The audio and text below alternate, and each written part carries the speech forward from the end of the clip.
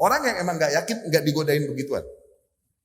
Orang yang emang bukan nggak yakin, meyakini itu, cuman konsep keimanannya terhadap hal yang gaib, baik itu benar, nggak digodain. Bete jin, nggak kena yang kayak gini mah digodain. Jinnya bete. Ini sih dia godain gue, kayak gini. Sereman dia no, gitu. Assalamualaikum warahmatullahi wabarakatuh. Bismillahirrahmanirrahim. Wassalatu wassalamu ala rasulillah wa ala alihi wa ashabihi wa man wala amma ba'd. Diyanat al-Arab, agama-agama yang ada pada bangsa Arab. Sebelumnya kita telah menjelaskan silsilah bangsa Arab ya, dan bangsa-bangsa yang hidup di sekitar Arab ya, yang dimana mereka merupakan keturunan dari Nabiullah Ibrahim alaihi salam ya, dan bagaimana mereka tersebar di penjuru-penjuru jazirah Arab. Nah, bab selanjutnya berbicara, memberikan gambaran tentang bentuk-bentuk keyakinan yang ada pada bangsa Arab ya, pada masa sebelum datangnya Rasulullah Sallallahu Alaihi Wasallam. Masa tersebut sekali lagi yang dikenal dengan masa jahiliyah ya. Kana mu'dhamul Arab yadinun bidini Ibrahim alaihi salam. Tadinya bangsa Arab secara umum mereka beragama sebagaimana agamanya Ibrahim alaihi salam.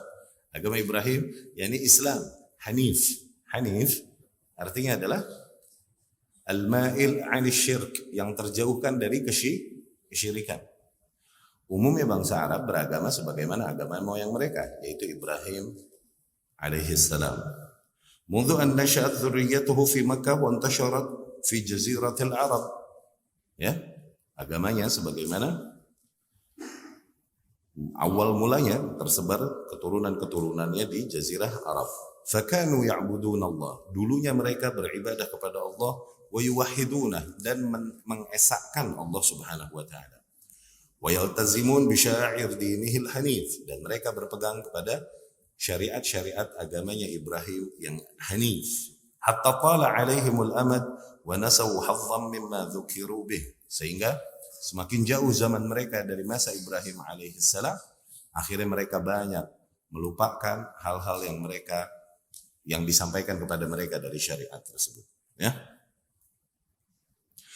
Illa annahum baqiya fihim tauhid, tapi inti-inti agama yang datang dari Ibrahim masih bertahan pada mereka, nilai tauhid wa iddah sya'ir, dan beberapa bentuk ritual-ritual min hadzal din, dari agama Ibrahim. Oke, seperti apa? Seperti haji masih berjalan. Oke?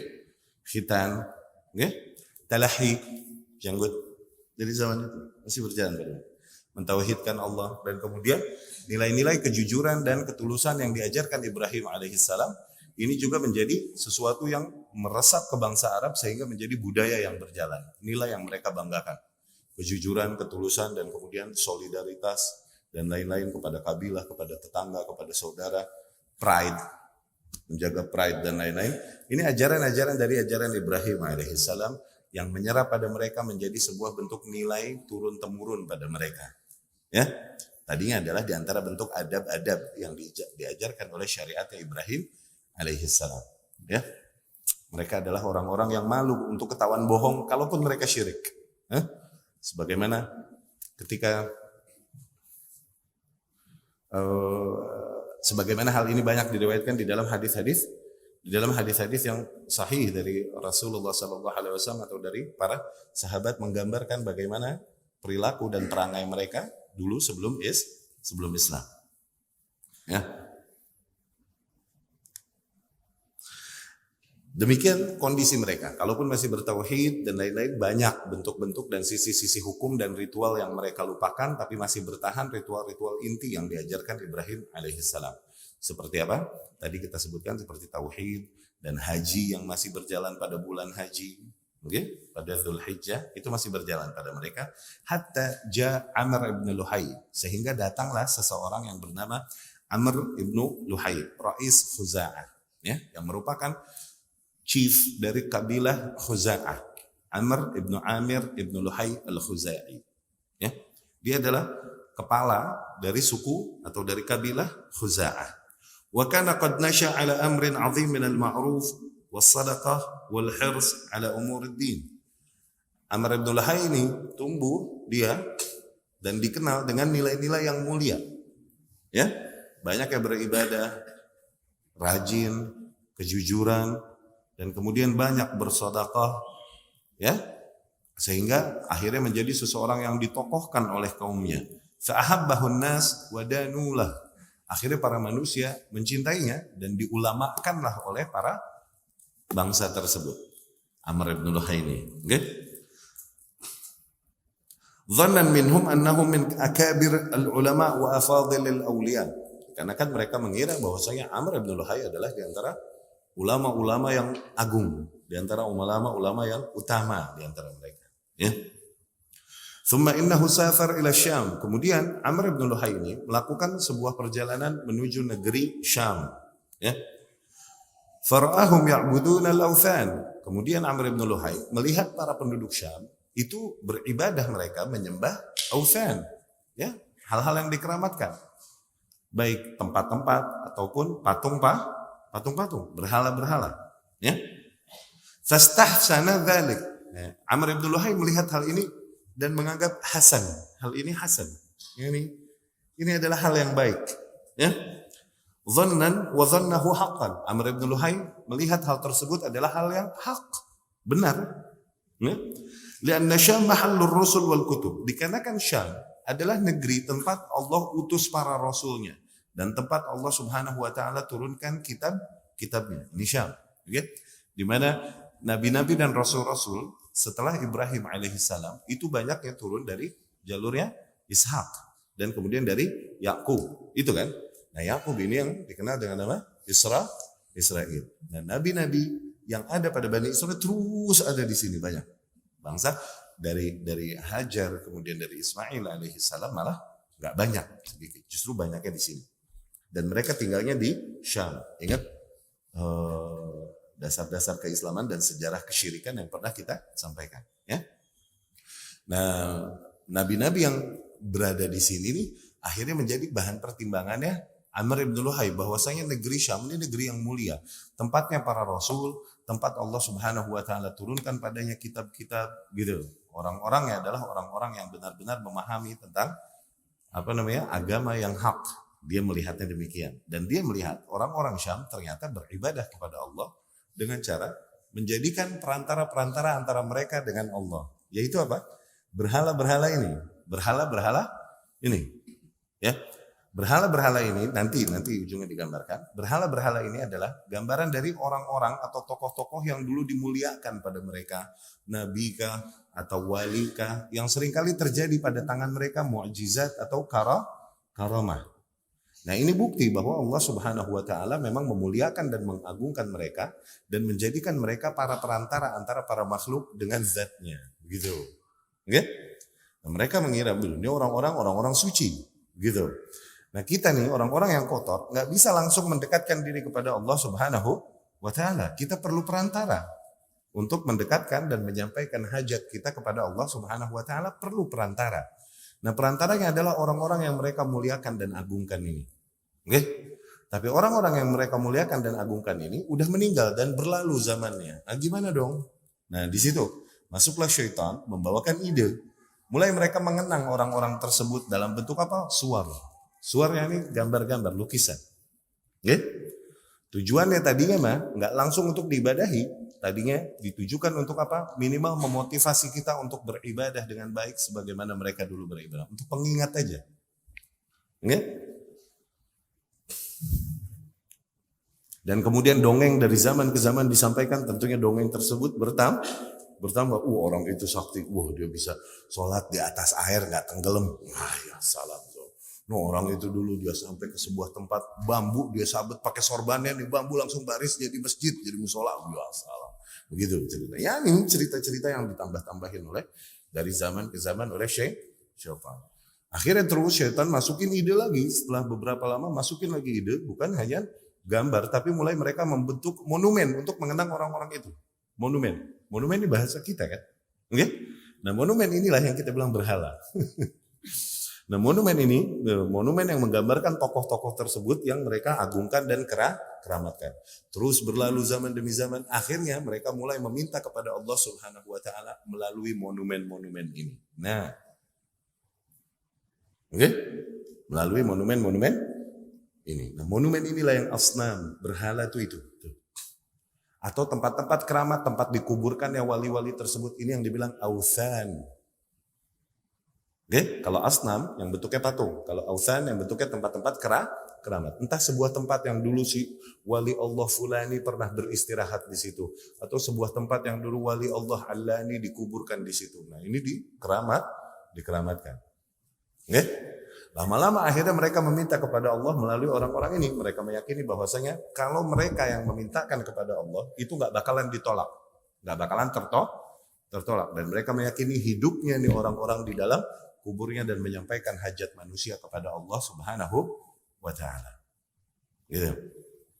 Nah, inilah makanya mereka ketika ditanya berkata, "Ma na'buduhum illa liqarribuna ila Allahi zulfa." Tidaklah kami beribadah kepada mereka yang mengkeramatkan ini orang-orang yang kami keramatkan berhala-berhala ini, okay? Kecuali dengan tujuan agar lebih mendekatkan diri kami kepada Allah. Tuh. Jadi tujuannya apa baik? Iya gak? Hasanah. Iya gak? Tujuannya mendekatkan diri kepada Allah. Dan mereka bilang haula syufa'auna indallah. Mereka adalah para pemberi syafaat bagi kami di sisi Allah. Yani dia yang ngasih tazkiyah di sisi Allah, ini hamba ini minta ini ya Rabb, minta ini ya Rabb, minta ini ya Rabb. Dan kalau mereka yang mintakan itu nggak ditolak. Itu ceritanya. Ini yang mereka yakini. Berjalanlah demikian pada bangsa yang hidup di Syam. Okay? Mindset ini, ibadah demikian berjalan di Syam. Apabila kita urut lagi dari awal hidupnya manusia sejak zamannya Adam alaihis salam. Ternyata mindset yang sama juga dulu yang membuat manusia mulai menyembah berhala, menyembah hal lain selain Allah Subhanahu wa taala. Bukankah Adam alaihis salam datang tentunya membawakan nilai tauhid, bukan? Iya kan? Kok bisa manusia mulai menyembah berhala dan lain-lain? Itu kenapa? Karena mindset yang sama tadi. Hal yang sama tadi. Dan ini berulang di setiap zaman. Oke? Karena mindset yang sama udah plak-plak. Bukan alasan lain yang membuat mereka melakukan hal tersebut. Alasan yang sama seperti para kaum ya, turunan Adam awal alaihi salam melakukan kesyirikan, sama, hal yang sama. Sehingga akhirnya Allah mesti menurunkan Nuh alaihi salam ke atas mereka, ya kan? Rasul, mengutus Rasul pertama di muka bumi yaitu Nuh alaihi salam. Dan jarak antara Adam dengan Nuh alaihi salam 1000 tahun. 1000 tahun. Tuh lihat. Dari zaman Adam 1000 tahun di Nuh alaihissalam manusia udah menyembah hal lain selain Allah. Udah menyembah Wad, Siwa, Yaghuth, Ya'uq, Nasra. Ini kan 5 berhala yang mereka la tazarunna alihatakum. Janganlah kalian meninggalkan Tuhan-Tuhan yang kalian sembah. La tadharunna wadda wa la siwa wa yaghuth wa ya'uq wa nasra. Jangan kalian tinggalkan wad, siwa, yaghuth, ya'uq, nasra. Ini yang dikenal dengan nama wali limo di antara mereka. Oke? Nah, sehingga akhirnya Allah datangkan Nuh alaihi salam untuk memperingatkan mereka bahwa yang mereka lakukan dan mereka kira ibadah dan mendekatkan diri kepada Allah ini justru adalah kesyirikan yang Allah murkai dan membawakan kecelakaan ke atas mereka. Tayyib. Nah, hal yang sama juga yang terjadi sepeninggal zamannya Ibrahim alaihissalam dan kemudian manusia mulai melakukan kesyirikan. Cuman Syam duluan ke sono. Kenapa? Kerjaan Bani Israel.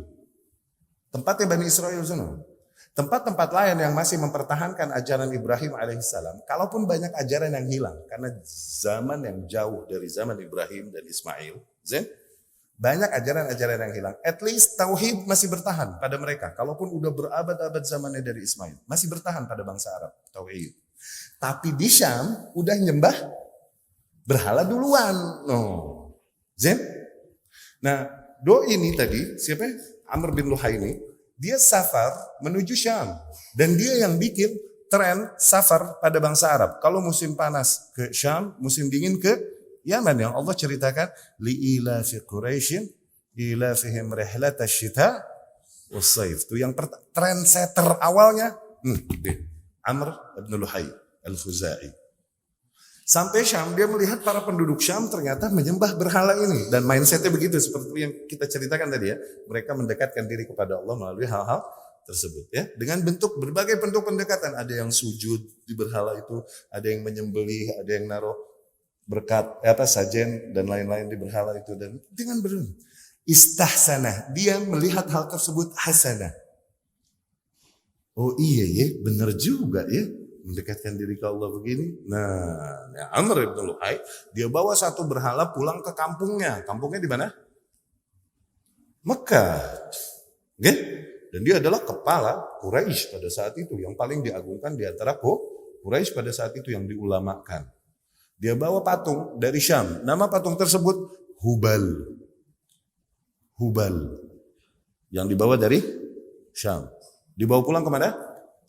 Ke Mekah. Dan mulailah nasaba awal nasab. Dia mulai taruh berhala pertama di Ka'bah. Tuh, di Ka'bah. Yani Ka'bah yang dibangun oleh Ibrahim dan Ismail alaihis salam. Digunakan dan ditujukan untuk beribadah dan menyembah Allah subhanahu wa ta'ala, bukan? Dan ini adalah rumahnya Allah, titik spot paling suci di muka bumi. Oke? Ka'bah. Bukankah demikian? Iya. Tapi kok bisa ketika Rasul taklukkan Makkah, begitu banyak berhala di Ka'bah sejumlah hari dalam 1 tahun. Ada 360-an Ka'bah, berhala lebih. Kok bisa? Nah, sejarah kesyirikannya, gimana ceritanya di Ka'bah mulai ada berhala? Nah, ini nih.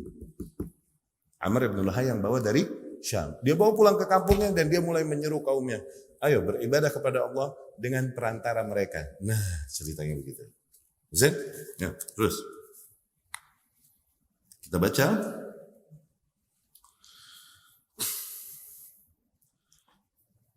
Nah, ketika Amr bin Luhai mengunjungi Syam dan dia melihat konsep beribadah nih para penduduk Syam, dia mengira ini hak. Dikarenakan kenapa ya? Syam adalah tempat yang suci, tempat Allah utus para rasul dan turunkan banyak kitabnya di sana. Faqadima ma'ahu bihubal. Akhirnya mulailah dia membawa sebuah patung yang namanya Hubal. Wa ja'alahu fi jawfil Ka'bah, dan dijadikanlah Hubal itu di senternya Ka'bah. Wa da'a ahla Makkah ila syirk. Mulailah ia menyeru para penduduk Mekah kepada kesyirikan billah, mempersekutukan Allah Subhanahu wa taala. Fa'ajabu. Penduduk Mekah pun nurut dan menyambut seruannya. Thumma lam yalbath ahlul Hijaz an tabi'u ahla Makkah. Nggak lama habis itu, karena Mekah adalah tempat pusat dari para bangsa Arab yang lain, akhirnya semua penduduk Hijaz pun ngikutin mindset yang dibikin oleh penduduk Mekah ini, yaitu beribadah kepada Allah melalui berhala-berhala ini. Li'annahum wulatal bait wa ahlal haram. Karena para penduduk Mekah adalah wali-walinya Baitullahil Haram, wali-walinya Ka'bah, ya.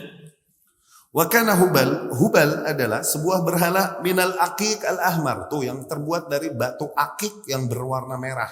Tuh, ruby kali ya. So tahu gak? Minal aqiq al-ahmar ala surah insan, batu akik merah yang bentuknya bentuk manusia. Maksur al-yad al-yumna, tangan kanannya patah. Adrakathu Quraisy kadzalik. Ketika diterima oleh bangsa Quraisy, Hubal tuh bentuknya begitu. Faja'alu lahu yadan min dzahab. Akhirnya para penduduk Quraisy membuatkan tangan kanan buat Hubal dari emas. Dari emas. Dibikinin monumen dari emas. Berasa gak?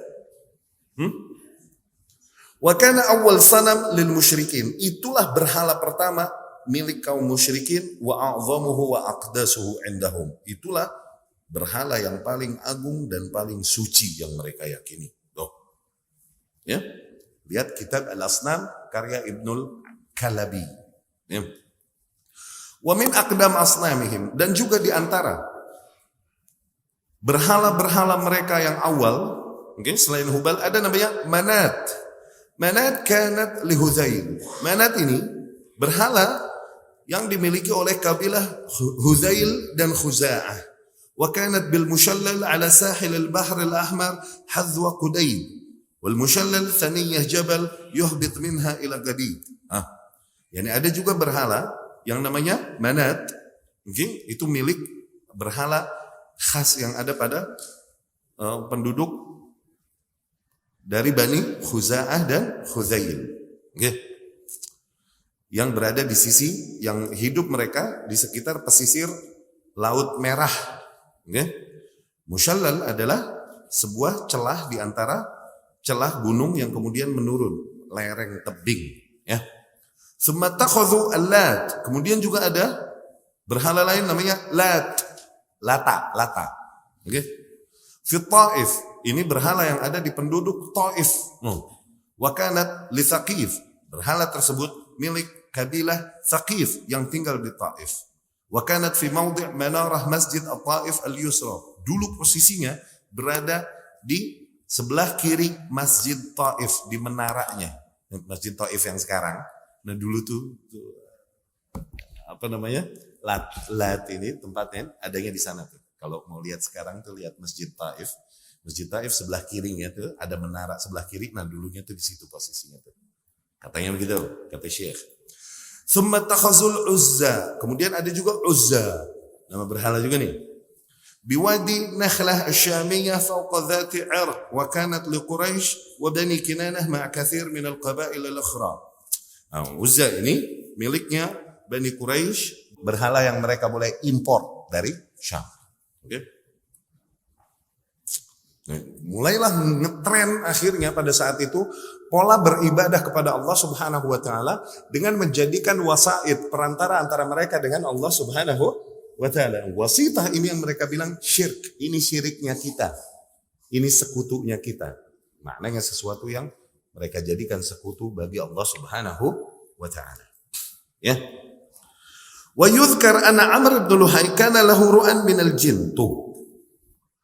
Dan dikisahkan juga bahwasanya Amr bin Luhai ini punya piaraan jin, ra'i minal jin. Jadi begini, Amr bin Luhai itu punya khodam. Oke?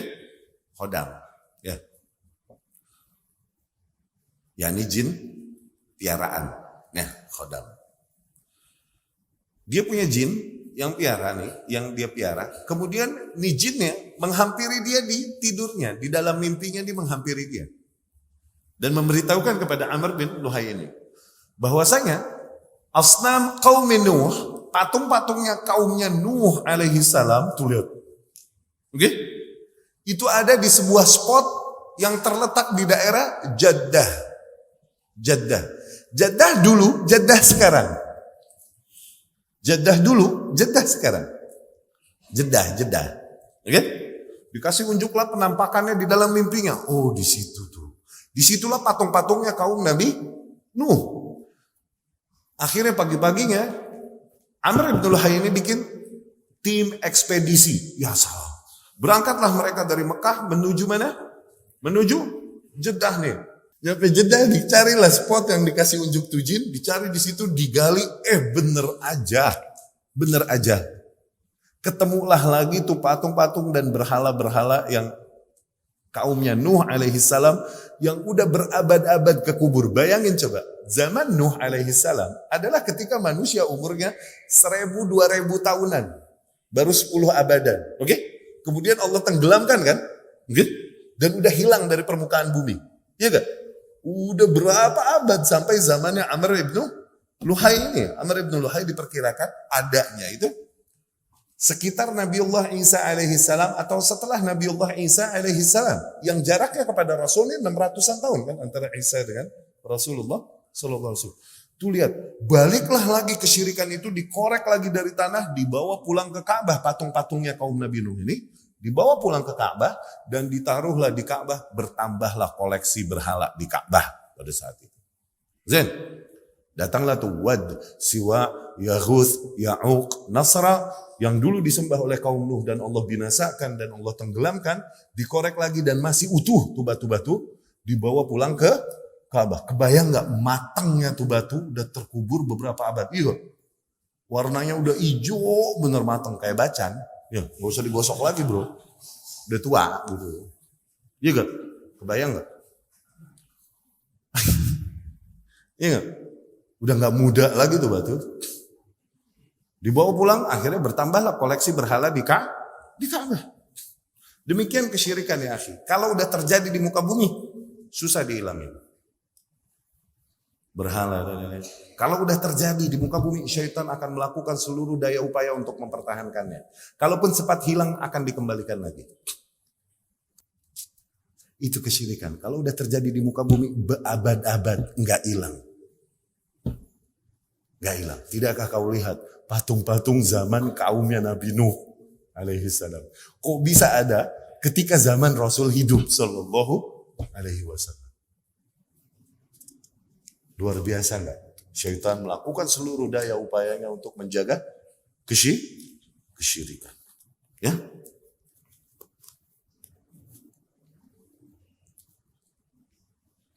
Nah, kita baca sini. Diriwayatkan bahwasanya Amr bin Luhai punya piaraan jin. Jin ini mengkhabarkan kepadanya bahwasanya patung-patung kaum Nuh, yaitu Wad, Siwa, Yaghuth, Ya'uq, Nasr, madfuna bi Jeddah, itu kekubur di sebuah spot di Jeddah. Fa'ataha fastatharaha. Amr bin Luhai pun mendatangi tempat tersebut dan dia korek. Thumma awradaha ila Tuhamah, falamma ja'a al-hajj dafa'aha ila al-qabail, fadhahabat biha ila awtaniha. Ketemu lagi tuh patung-patungnya, dan ketika datang musim haji, kabilah-kabilah pada datang ke Mekah untuk berhaji, dijadikan sebagai merchandise bagi kabilah-kabilah yang datang ke Arab dan akrab dengan Quraisy, jadikan merchandise, bawa pulang kampungmu, bawa pulang kampungmu, bawa pulang kampungmu. Dengan itu dia memasarkan kesyirikan di bangsa Arab pertama kali. Amr bin Luhai, orang yang diulamakan justru. Dia marketing syirik pertama, bro. Makanya Rasul bilang sallallahu alaihi wasallam, ra'aitu Amr bin Luhai yujarru am'a'uhu finnar. Aku melihat si Amr bin Luhai itu di bredelan jeroannya di neraka, bredelan diseret-seret Allah. Kana awal man sayyab sawaib. Dia adalah orang yang pertama menjadikan berhala-berhala untuk bangsa Arab. Ya. Wad, patung Wad dibawa ke kabilah Kalb. Ya, yang berada di daerah Jaumatul Jandal dari negeri Syam yang lebih dekat ke Irak. Adapun Siwa itu bertahan di kabilah Hudzail ibnu Mudrikah di sebuah tempat yang bernama Ruhat, masih di Hijaz, ya, dekat dengan Makkah. Adapun Yaghuth kanat li Bani Ghutaif min Bani Murad. Yaghuth ini ada di Bani Ghutaif dari kabilah Murad, inda Saba, di daerah Saba, yakni Yaman. Oke? Yaman. Adapun Ya'uq kanat li Hamdan, itu ada pada kabilah Hamdan fi qaryah Khaywan min ardil Yaman. Kabilah Hamdan di negeri Khaywan dari negeri Yaman, yakni di daerah yang bernama Khaywan dari antara negeri-negeri Yaman. Ya. Adapun Nasr fakanat li Himyar. Nah, berhala Nasr itu ada pada kabilah Himyar, li ali dzil kila fi ardi Himyar, di negeri Himyar. Ya. Wa qad ittakhadhu li hadhihi at-tawaghit buyutan kanu yu'azzimunaha ka ta'zimil Ka'bah. Para manusia pada saat itu menjadikan untuk tohut itu, tawaghit, jamaknya tawaghit. Tohut artinya apa? Kullu ma yu'badu min dunillah, segala hal yang diibadahi manusia selain Allah, itu taghut, ya. Kalau yang digoreng toge. Nah, beda itu. Ya. Taghut. Nah, mereka menjadikan untuk togut itu rumah-rumah ibadah masing-masing dibikinin biara gitu. Dibikinin tempel. Ya.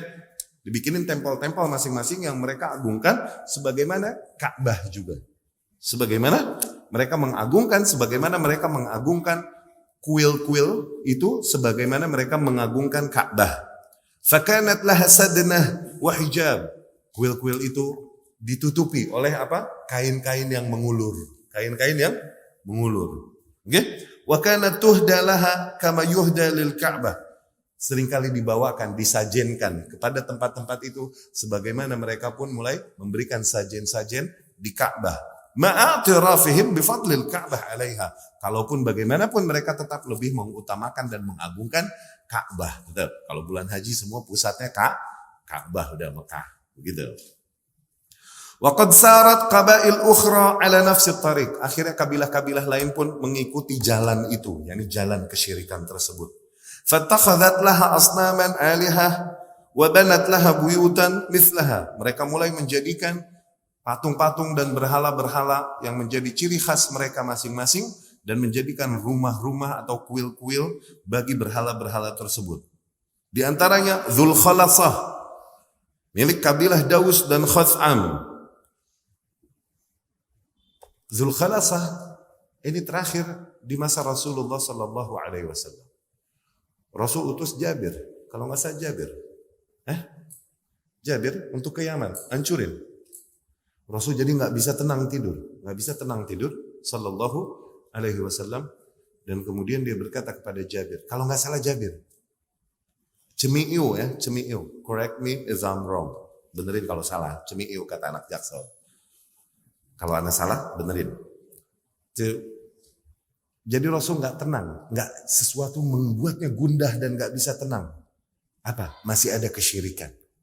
Dia utus Jabir bin Abdullah. Jabir pergi ke Yaman. Oke? Di sana ada Ka'bah yang diagungkan oleh para manusia. Namanya Dzulkhalasah. Nah itu di Yaman. Bentuknya kayak Ka'bah. Jabir nih, kuntu la asbut ala khair. Aneh ini naik kuda nggak bener, jatuh mulu. Akhirnya Rasul mendoakan bagiku dan memukul dadaku. Dan dari situ aku nggak pernah jatuh lagi naik kuda. Aku berangkat bersama para pasukan berkuda. Tiba-tiba jago luar biasa Jabir naik kuda. Berangkat dia menuju Yaman. Kalau ada yang ingat selain Jabir nih, sahabat ini, kabarin ana. Jarir ibnu Abdullah. Jarir ibnu Abdullah al-Bajli. Bajli bukan Bajri. Bukan. Bajli pakai lam. Jarir ibn Abdullah. Berangkatlah Jarir bersama para pasukan berkuda. Barakallahu fiik. Berangkatlah menuju Yaman. Sampai sana ada seorang dukun yang biasa main pakai tulang-tulang itu. Pakai tulang-tulang ntar dikocok. Terus membaca nasib orang. Begitu. Pakai tulang-tulang itu. Okay? Dibilangin, Rasulullah, ada utusannya, para utusan para utusan dari utusan Allah. Yani para utusannya Rasulullah di sini, gitu. Hentikan itu, kalau enggak dihajar kau sama mereka. Baru ngomong gitu ternyata Jarir bersama pasukannya udah menghunuskan pedang ke arah nih dukun. Hancurkan barang itu atau kami penggal lehermu. Dihancurin nih barang langsung.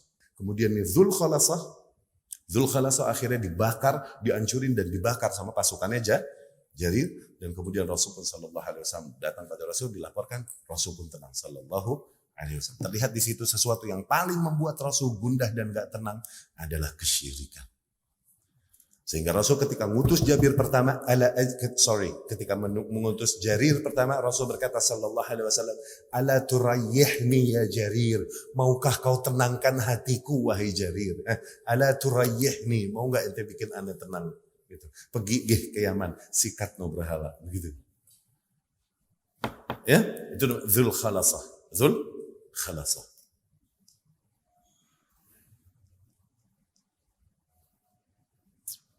Ya.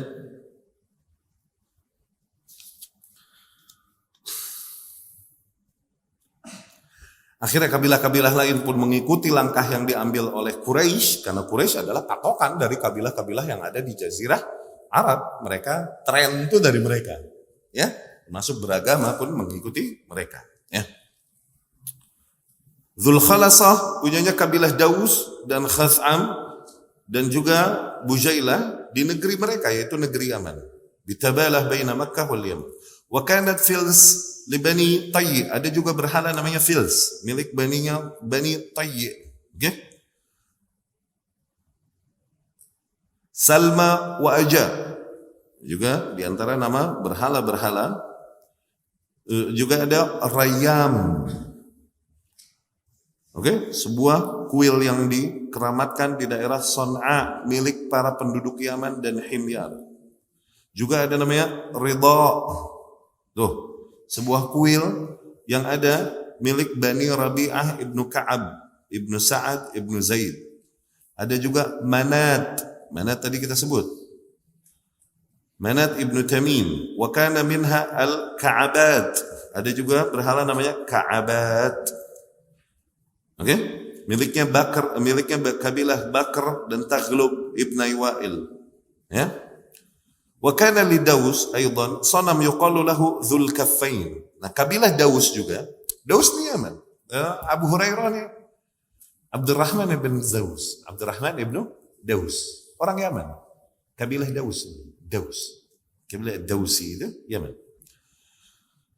Kabilah Daus ini juga punya sebuah berhala yang ada pada mereka yang bernama Dzul Kaffain yang memiliki dua tangan. Milik Bani Bakr dan Malik dan Malkan. Dzul Kaffain ini berhala begini. Dua telapak tangan. Nggih. Abna Kinanah. Wa Malakan abna Kinanah sanam yuqal lahu Bani Bakr wa Malik wa Malkan abna Kinanah. Di tempat lain juga ada berhala yang bernama Sa'ad. Kana liqaumin min Azarah sanam yuqalu lahu Syams. Ya. Wa kana li Khawlan sanam yuqalu lahu Umyanis. Jadi banyak nama-nama berhala ini. Di antaranya Sa'ad, ada Syams, ada Umyanis, wa hakadha. Dan demikianlah intasharat al-asnam. Demikianlah tersebarnya berhala-berhala. Wa daurul asnam dan beredarnya berhala-berhala fi jaziratil Arab. Di jazirah Arab. Hatta sar li kulli qabilah thumma fi kulli baitin minha sanam. Sehingga setiap kabilah punya berhala tersendiri. Oke? Di Cirebon ada kuburan Ono. Tuh, di Jawa sono ada kuburan Ono. Tuh. Oke? Amal Masjidil Haram, adapun Mekah sendiri Masjidil Haram, fakanu qad mala'uhu bil asnam. Demikian juga mereka penuhi dengan berhala-berhala.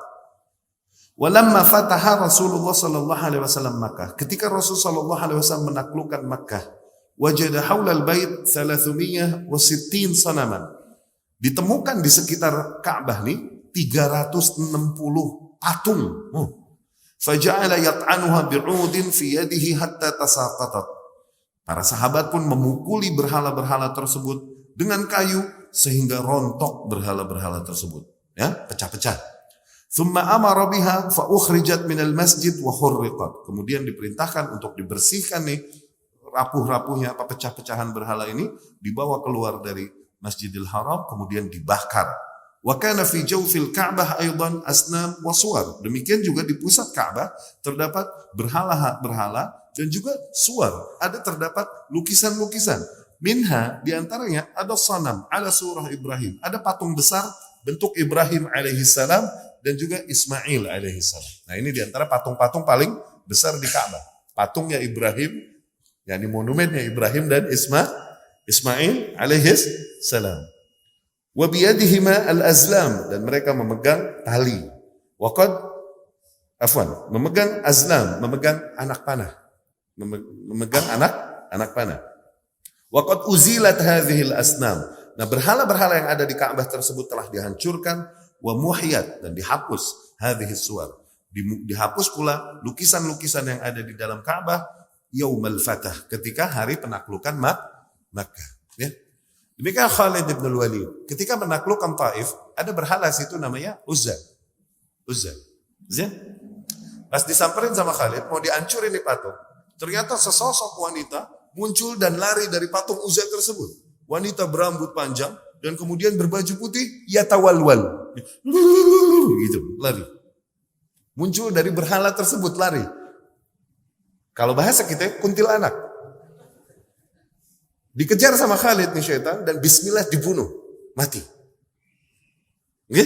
Diceritakan hal tersebut kepada Rasulullah sallallahu alaihi wasallam. Rasul berkata, tilka syaitanatul Uzza.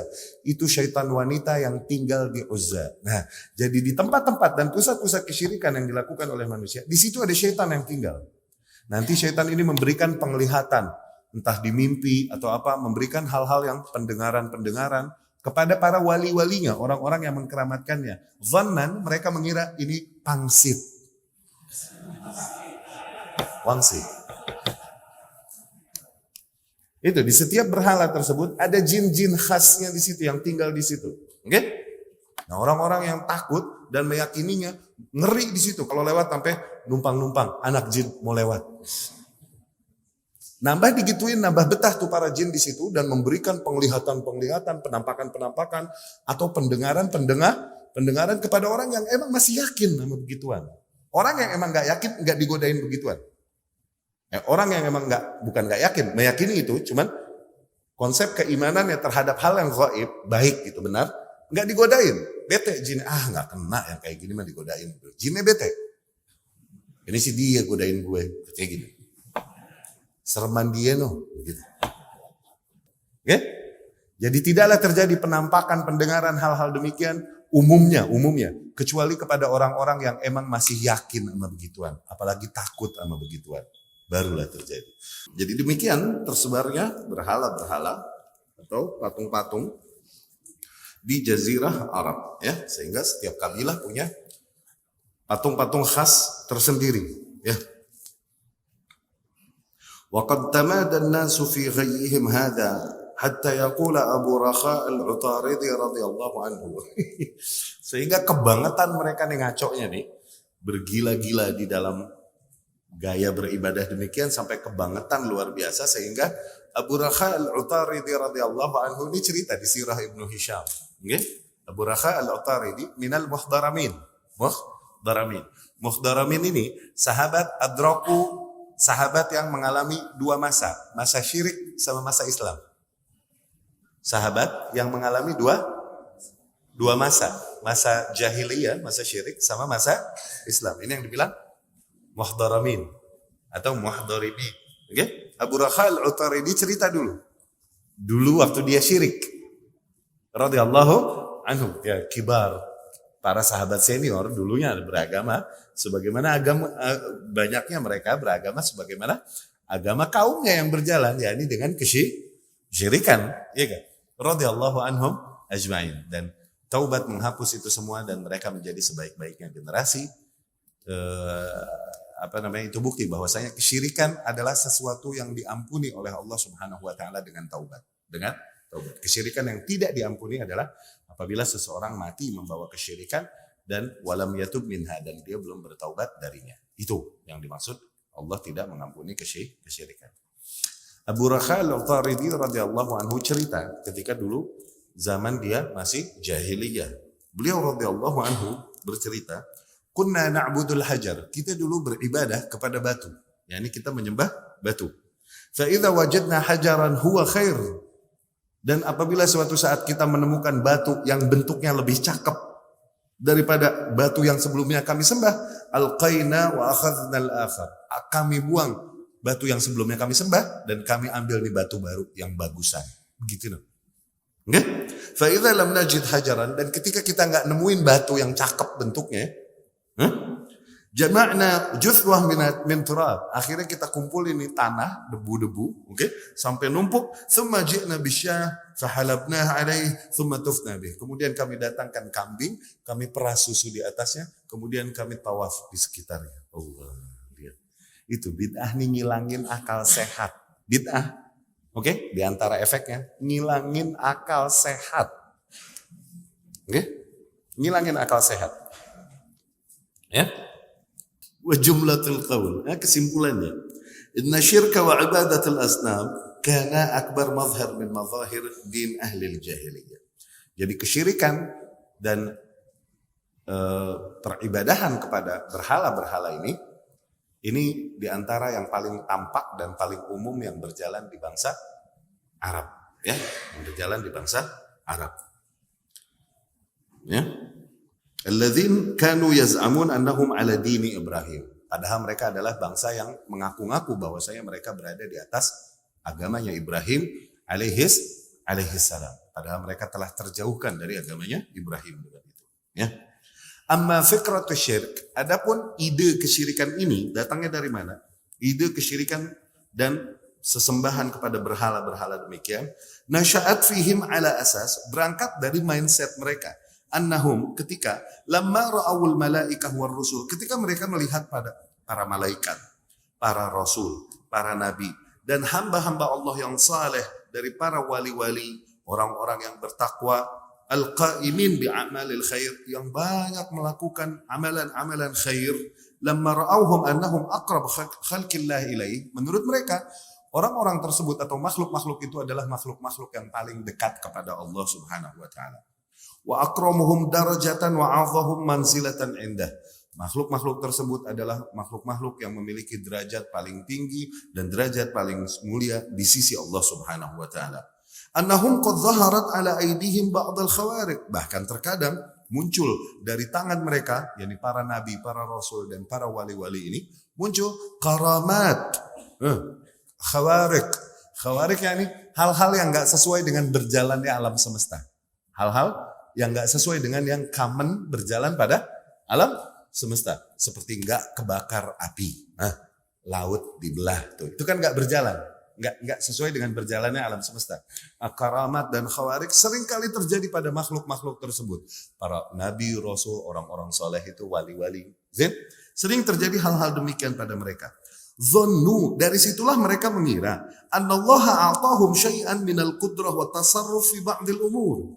Dari situlah mereka menyimpulkan bahwasanya, mereka mengira bahwasanya Allah memberikan kepada makhluk-makhluk mulia itu sebagian kemampuan dan sebagian kuasa terhadap beberapa hal. Allati takhtassu billah subhanahu wa ta'ala.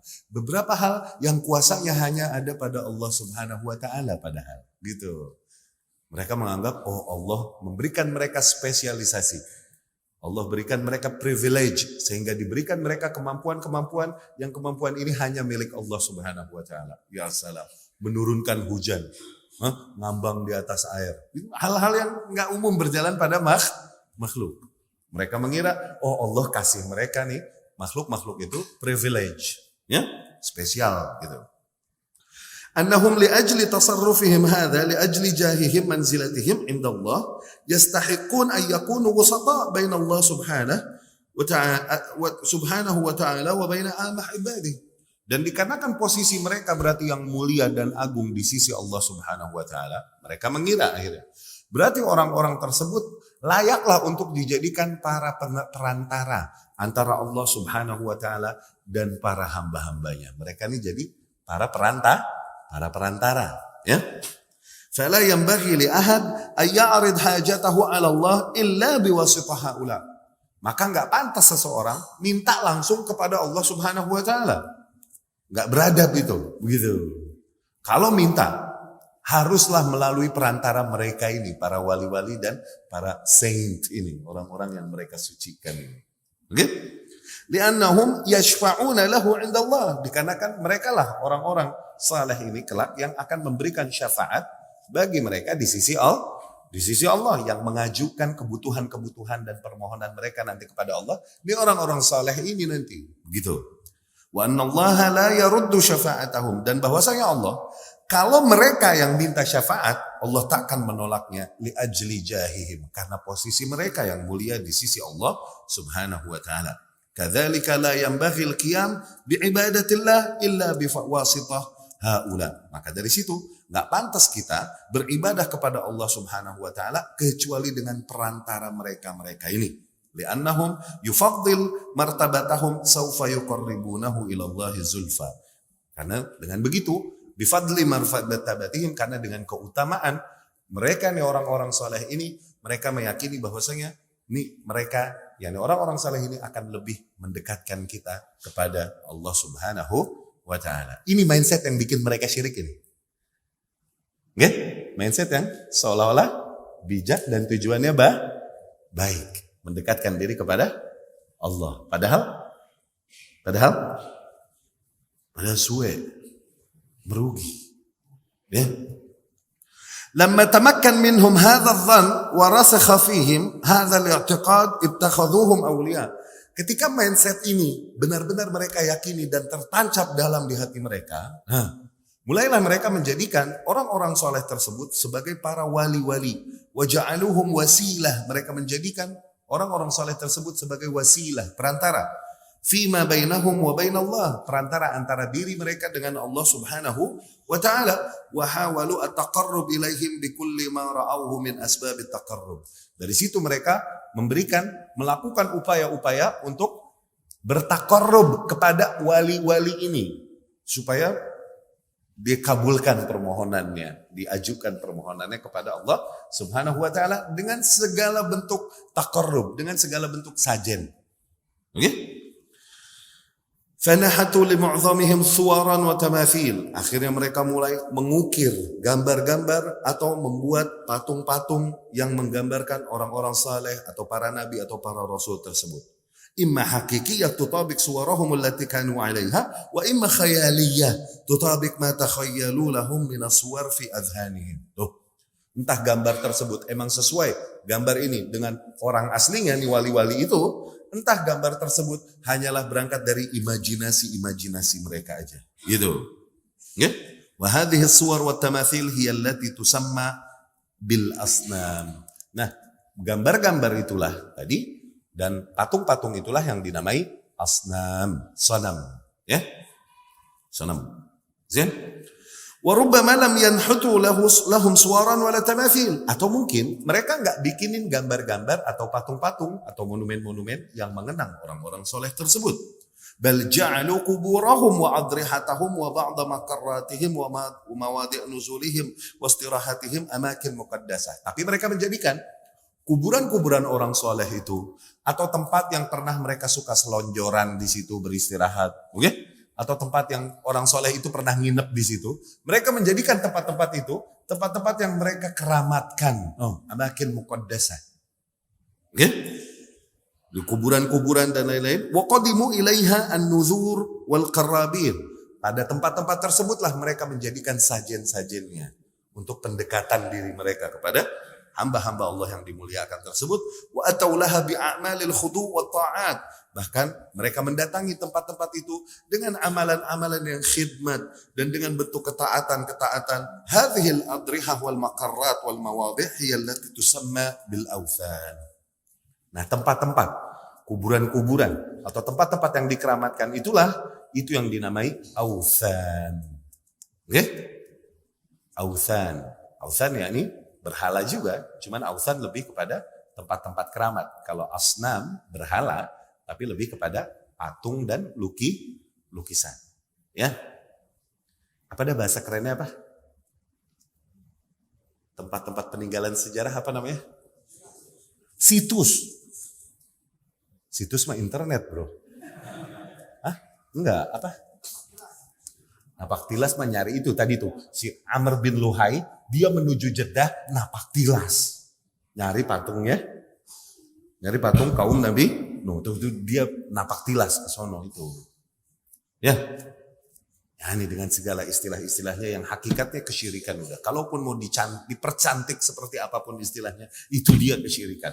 Ente mau bilang monumen, mau bilang berhala, dia juga itu artinya. Iya kan? Kayak mau bilang budak, mau bilang hamba. Ya salam. Hamba Allah, apa budak Allah? Dua-duanya sama, cuman yang satu berasa nampol. Satu lagi basa-basi, hamba Allah. Ya, suka nggak tahu diri kalau dikata hamba Allah. Bilang budak Allah, nggak punya kebebasan ente. Baru lebih berasa kan? Begitu kan? Wallahu a'lam. Amma ibadatuhum li hadhihi al-asnam wal awthan fakanat lahum fiha taqalid wa a'mal ibtada aktsaruha Amr ibn Luhai.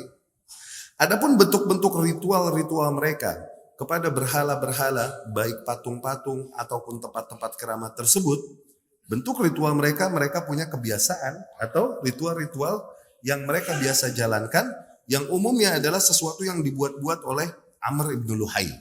Wa kanu yadhunnun, dulu mereka mengira annama ahdatsahu Amr ibn Luhai, bahwasanya apa yang dibuat-buat, ibadah-ibadah yang dibuat-buat oleh si Amr ibn Luhai itu, fahuwa bid'atun hasanatun, itu adalah bid'ah hasanah, katanya begitu.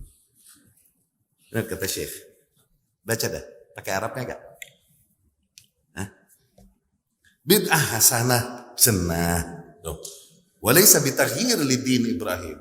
Bahwasanya apa yang dilakukan Amr ibn Luhai itu sama sekali enggak bertentangan dan merubah ajaran Ibrahim alaihissalam. Enggak. Sama katanya. Itu bid'ah hasanah katanya begitu. Oke? Fakana min jumlah ibadatihim lil asnam wal authan annahum, tuh di antara bentuk ibadah-ibadah atau ritual-ritual mereka kepada berhala-berhala tersebut di antaranya kanu ya'kufun 'alaiha, mereka beriktikaf di situ. Oke? Bahasa kita sekarang semedi. Oke, semedi. Wa yaltaji'una ilaiha, memohon perlindungan di situ. Yahtafuna biha, atau dari jauh memohon perlindungan kepada wali-wali yang ada di tempat jauh. Ya? Yastaghithunaha fi syada'id, atau ketika kena musibah berat, mereka mohon-mohon di tempat-tempat itu. Yad'unaha lihajatihim, mereka memohonkan kebutuhan-kebutuhan mereka. Mu'taqidin, mereka meyakini nih, annaha, bahwasanya ini berhala-berhala tashfa' indallah, akan menyampaikannya kepada Allah. Oke? Wa tuhaqqiq lahum ma yuridun, dengan itu mereka akan merealisasikan apa yang dibutuhkan, apa yang kita butuhkan. No, mindsetnya itu begitu. Jadi kalau dibilang ente nggak boleh minta sama berhala, siapa bilang ane mintanya sama Allah? Tuh mereka juga gitu. Sekarang orang-orang yang nyembah kubur, kalau kita bilang ente nggak boleh nyembah kubur, apa nyembah kubur? Gue nyembah Allah, iya kan? Orang-orang yang mengkeramatkan kuburan dan lain-lain, ente nggak boleh minta-minta ke kuburan, apa? Minta kuburan, gue minta sama Allah. Ini cuma perantara antara ane sama Allah. Sama nggak mindsetnya? Sama nggak mindset kesyirikan dulu sama sekarang, sama nggak? Bedanya yang sekarang syahadat lidahnya, badannya salat, jadi nggak bisa kita kafirin dulu. Kita uzurin jahil. Fahim? Dulu udah mah begitu, nggak mau bilang wa asyhadu anna Muhammadar Rasulullah, nggak mau bilang begitu, udah mah begitu tuh, udah mah syirik begitu. Suruh bilang la ilaha illallah Muhammadar Rasulullah, nggak mau. Ya udah syirik fix, itu mah. Yang sekarang masih ngomong la ilaha illallah Muhammadar Rasul. Kalaupun melakukan hal yang sah. Jadi nggak bisa kita syirikin lah. Bedanya itu doang, poin itu doang. Mindsetnya sama, dia juga. Ya, kalau kita mempelajari sejarah kesyirikan, kita akan dapat menangkap hal tersebut. Bahwasanya sebab-sebab kesyirikan, mindset yang membuat manusia melakukan kesyirikan dari zaman ke zaman itu sama, gitu-gitu juga. Gak berubah. Allah janjikan, wa tilkal ayyamu nudawiluha bainan nas, dan hari-hari itu kami putar di antara manusia. Tuh, yang terjadi sekarang itu dulu terjadi begitu juga, sama, mirip. Udah. Ya? Nah, dari sini juga kita bisa tangkap kenapa Ahlus Sunnah kaum yang paling disiplin menjaga kemurnian agama. Awas, jangan yang bid'ah-bid'ah, baik bid'ah amalan ataupun bid'ah keyakinan, akidah. Kita paling disiplin menjaga itu. Kenapa? Karena terjadinya kesyirikan adalah dengan dibuatnya ini tadi, amalan-amalan baru yang mereka buat, inovasi-inovasi baru. Yang mereka kira ini hasanah mendekatkan diri ke betul. Kita paling disiplin di situ. Karena kesyirikan wasilahnya dari bid'ah, bukan dari maksiat. Kesyirikan wasilahnya dari bid'ah yang dikira manusia mendekatkan diri kepada Allah Subhanahu wa taala. Tuh, makanya bid'ah wahidah ahabbu ila syaitan min alfi maksiyah. Satu bid'ah jauh lebih dicintai syaitan daripada 1000 maksiat. Kenapa?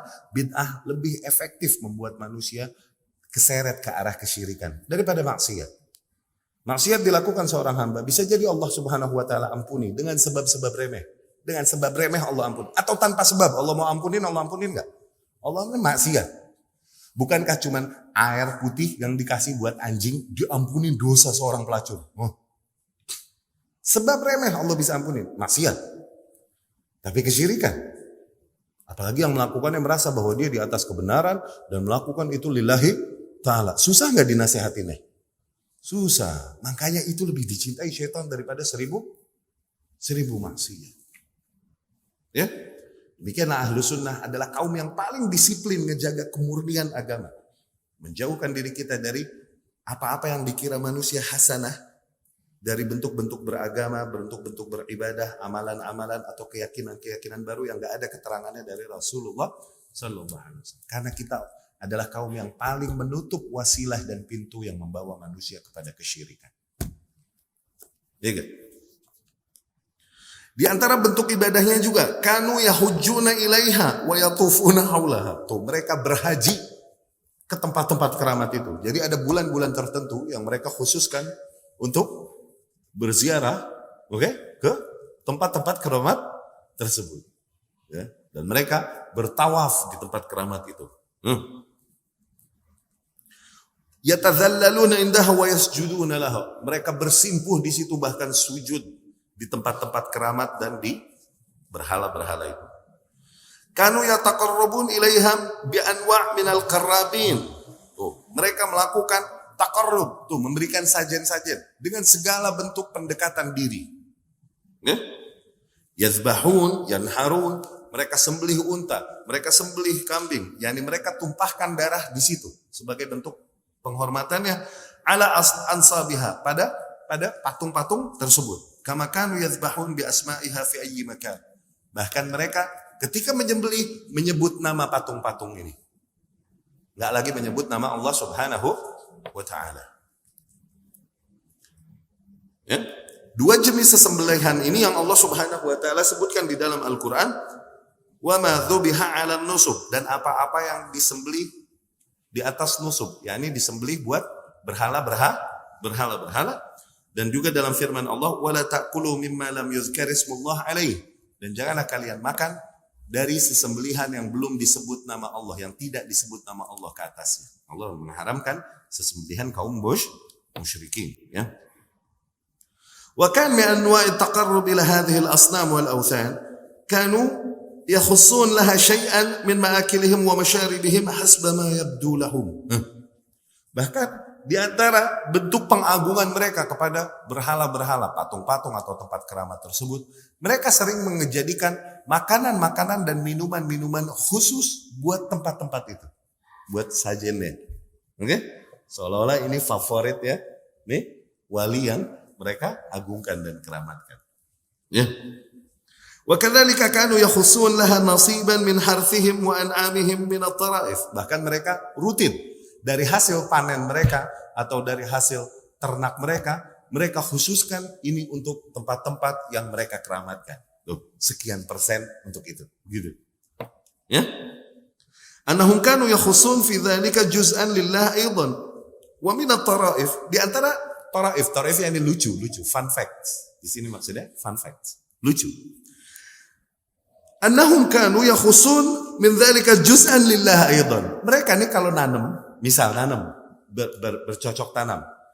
Hasil panen nanti ada sebagian yang mereka berikan katanya untuk Allah Subhanahu wa taala. Sebagian mereka berikan untuk berhala-berhala mereka. Oke? Yang buat berhala-berhala mereka nih nggak boleh dicolek-colek, udah untuk berhala mereka. Tapi yang buat Allah boleh diambil dan dibagi ke berhala-berhala mereka. Begitu dong. Kocak gak? Syuf, lihat. Minat taraif, di antara fun facts yang ada pada saat itu, kanu yakhusun min dzalika juz'an lillah aidan. Mereka mengkhususkan sejumlah dari hasilnya nih juga untuk Allah Subhanahu wa taala. Kanat indahum iddah asbab yungkilun li ajliha ilal asnam maka lillah. Ada kondisi-kondisi tertentu yang mereka yakini, yang menurut mereka boleh kalau dalam kondisi demikian mereka mengambil yang jatah Allah diberikan kepada berhala-berhala mereka. Ada kondisi-kondisi yang mereka yakini demikian. Uzur untuk mereka katanya. Walakin lam yakunu yunkiluna ilallah maka li asnamihim bihal. Tapi yang emang buat berhala, yang mereka yakini nggak boleh dibagi kepada Allah Subhanahu wa taala. Nggak ada kondisi apapun yang membolehkan kita mengambil dari sajen yang kita khususkan untuk berhala nih, kita bagi buat Allah, nggak boleh. Ya begitu. Ya. Nah, Allah Subhanahu wa taala menceritakan hal ini di dalam firman-Nya, "Wa ja'alu lillahi mimma dhara' minal harth wal an'am nasiba." Dan mereka juga menjadikan jatah bagi Allah Subhanahu wa taala dari apa yang mereka panen atau hasil ternak mereka. Faqalu, dan mereka berkata, hadza lillah bizamihim. Ini jatah buat Allah katanya. Wa hadza li syurakaina. Adapun yang ini, bagian ini untuk syurakaina, yakni untuk berhala-berhala ini, untuk apa-apa yang kita persekutukan Allah dengannya, begitu. Ya? Fama kana li syurakaihim, dan apa-apa yang mereka berikan untuk berhala-berhala mereka fala yasilu ilallah, maka enggak boleh dibagi untuk yang buat Allah, enggak boleh. Wa makana lillah, tapi yang jatah yang kita berikan buat Allah fahuwa yasil ila syurakaihim. Ini boleh dalam beberapa kondisi mereka ambil dan mereka bagi yang buat berhala-berhala mereka, ka'annahum syurakaihim sa'a ma yahkumun. Sungguh buruk cara mereka berhukum. Kurang ajar enggak? Wa kana min anwa'it taqarrub ilaiha an-nuzur fil harth wal an'am. Nah, mereka juga diantara bentuk ibadah-ibadahnya suka nuzur, nazar, ya. Nazar kalau panen atau kalau hasil ternaknya nanti diberikan kepada apa yang mereka persekutukan dengan Allah Subhanahu wa taala. Atau nuzur di sini yang menjadikan sebagian hewan-hewan ternak mereka haram untuk dikonsumsi atau dimanfaatkan oleh hal-hal lain. Ini khusus untuk Tuhan-Tuhan yang kita sembah. Begitu. Allah berfirman, qalu hadhihi an'am wa harf hijrun la yat'amuha illa man nasha bizamihim. Mereka mengatakan bahwasanya hewan-hewan ini dan hasil panen ini hijrun. Oke? Terlarang, udah, enggak boleh ada yang pakai. Illa man nasha, kecuali siapapun yang kami kehendaki bizamihim, katanya. Wa an'amun hurrimat zuhuruha. Demikian juga ini hewan-hewan yang diharamkan punggungnya.